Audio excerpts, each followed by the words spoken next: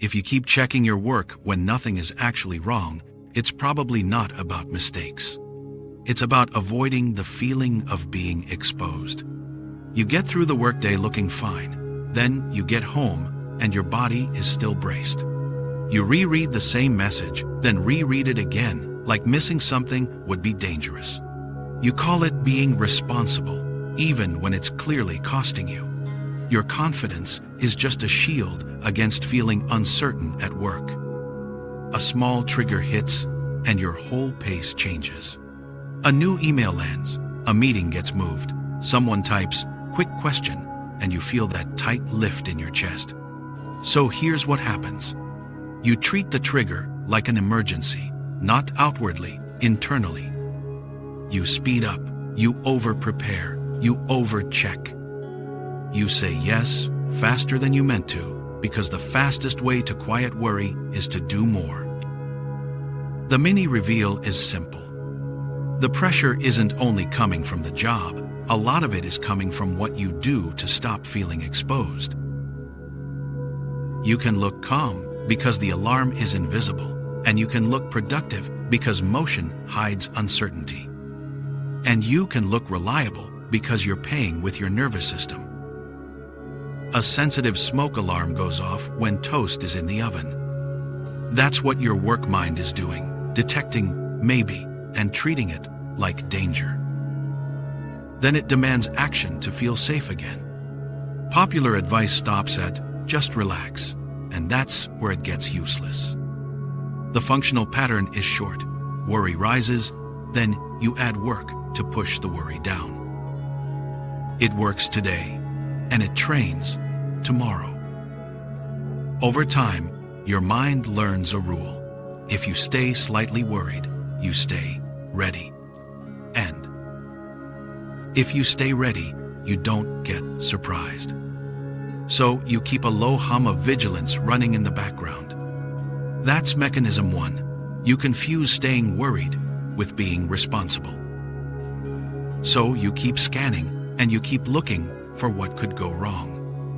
Mechanism 2 is that doing more feels like relief.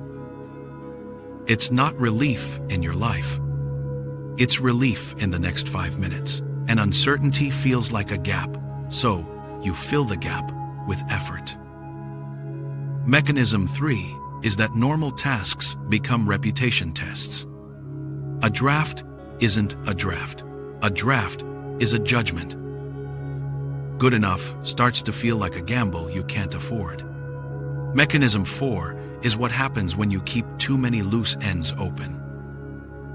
You leave tiny decisions hanging and you accept small requests without a trade. It's like having too many browser tabs open and your system runs hot. Even when you're just checking one thing. Jordan is a project manager who looks steady in every meeting. Jordan also keeps a second screen open after dinner, not because of deadlines, but because of relief. When the inbox is quiet, Jordan finally exhales. That exhale teaches the brain that quiet must be earned. This pattern shows up often, but not for everyone. Some roles have real emergencies, and some seasons are genuinely heavy. Still, the loop can sit on top of any workload and make it feel endless. And there's a boundary that matters. This doesn't solve an impossible workload or an abusive workplace. The reason you can't shut your mind off isn't mysterious. You're carrying unfinished alarms and implied promises. And you're carrying the belief that resting before everything is handled is risky. That belief usually sounds mature, like standards and pride in quality. But a lot of the time, it's just fear with a better resume. So the day becomes a hamster wheel that feels like progress because you're moving. You answer, you polish, you anticipate, then you do it again. Because the wheel never tells you you've arrived. 3 mistakes keep the wheel spinning longer than it needs to. The first is waiting until you're overwhelmed to set boundaries. By then, every boundary feels like a crisis, and every no feels like a character flaw. The second is trying to eliminate worry completely. Normal stress is information, and when you fight it like an enemy, it becomes the only thing you notice. The third is over-rehearsing and over-checking, then calling it thoroughness. There's a point where checking stops preventing errors and starts preventing discomfort. Your body knows the difference, even if your calendar doesn't. Jordan hits this on Thursday afternoons. A simple update email turns into 10 minutes of rewriting. Jordan isn't fixing clarity. Jordan is trying to prevent a reaction that hasn't happened. There's a small ritual that interrupts the loop without needing a big personality change. It doesn't remove pressure. It stops you from feeding it extra behavior. When the alarm is loudest, step 1 is name the loop. It's the moment you feel yourself speed up. You label it alarm mode before you take any action. That label matters because it separates signal from story. The signal is your body gearing up. The story is that you must fix everything right now. Naming it doesn't calm you, it makes it trackable. Step 2 is cut the thread. You pick the smallest next action that creates real progress. Then you stop planning and you do only that. This is where most people get it backwards. They try to think their way into calm. But the loop isn't only thought, it's action that has become automatic. Cutting the thread means refusing the extra moves, not refusing the work. Refusing the padding, refusing the reassurance behaviors that look like diligence. Step 3 is reset on repeat. You set one daily stop rule and you follow it imperfectly. It can be a time, a task count, or a shutdown line you say out loud. The point is that your day ends on a rule, not on a feeling.